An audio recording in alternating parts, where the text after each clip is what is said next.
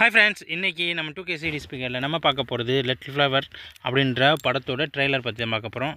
அதாவது red flower அப்படின்னா சிவப்பு பூ அப்படின்னு அர்த்தம். இந்த படம் வந்து 2047 அதாவது ஃப்யூச்சரில் நடக்கிற மாதிரியான ஒரு அமைப்பை மாதிரி கொண்டு வந்து கதை எடுத்திருக்காங்க.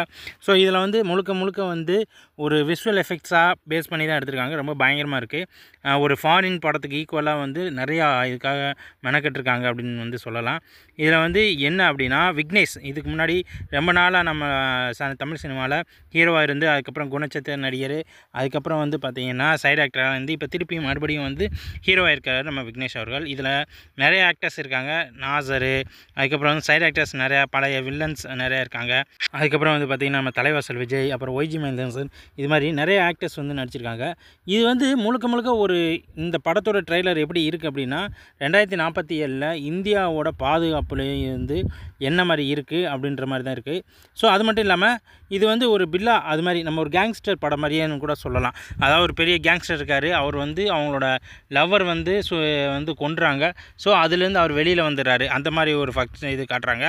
பட் ஃபஸ்ட் ஹாஃபில் வந்து இவர் வந்து வில்லனாக இருக்கிறாரா, இல்லை செகண்ட் ஹாஃபில் தான் இவர் வந்து வில்லனாக மாறுறாரா அப்படின்றதான் படத்தோட கதை.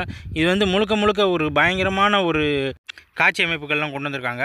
அதே மாதிரி கிட்டத்தட்ட ஒரு ஹாலிவுட்டுக்கு ஈக்குவலாக இருக்கிற மாதிரியான காட்சிகள் இதில் இருக்கிற மாதிரி நம்மளுக்கு காட்டுறாங்க. பட் இது எப்படின்றது நம்மளுக்கு படம் ரிலீஸ் ஆனதுக்கப்புறம் தான் தெரியும். அண்ட் தென் இது வந்து ஸ்பேஸில் இருக்கிற ஸ்பேஸ் ஸ்டேஷன் அதை வந்து அழிக்கிறாங்க. அதே மாதிரி வந்து போர்க்கப்பல், அப்புறம் வந்து வாரியர்ஸு, அதே மாதிரி வந்து பார்த்திங்கன்னா பயங்கரமான ஒரு வார் நடக்கிற மாதிரிலாம் காட்டுறாங்க. அட் த சேம் டைம் இதில் வந்து நம்ம கேஜிஎஃப்பில் இருக்கிற மாதிரியும் சில சீன்ஸ் எல்லாம் வருது. அதாவது வந்து ஒரு லேடி வந்து பிரைம் மினிஸ்டர் ஆகிறாங்க. அதே மாதிரி நேதாஜியோட ஃபோட்டோஸ் எல்லாம் வருது. இந்த லேடி பிரைம் மினிஸ்டர் வந்து எப்படின்னா, அவங்க வந்து இவரை கொல்றாங்களா, இல்லை அவங்கள வந்து இவர் கொல்றாரா அப்படின்றதான் கிட்டத்தட்ட கதையாக இருக்கிற மாதிரி தெரியுது. ஸோ இது எப்படின்றத நம்ம படம் வந்த பிறகு பார்த்துக்கலாம். இந்த வீடியோ உங்களுக்கு பிடிச்சிருந்தால் நம்ம சேனலை சப்ஸ்கிரைப் பண்ணிக்கோங்க. நன்றி, வணக்கம்.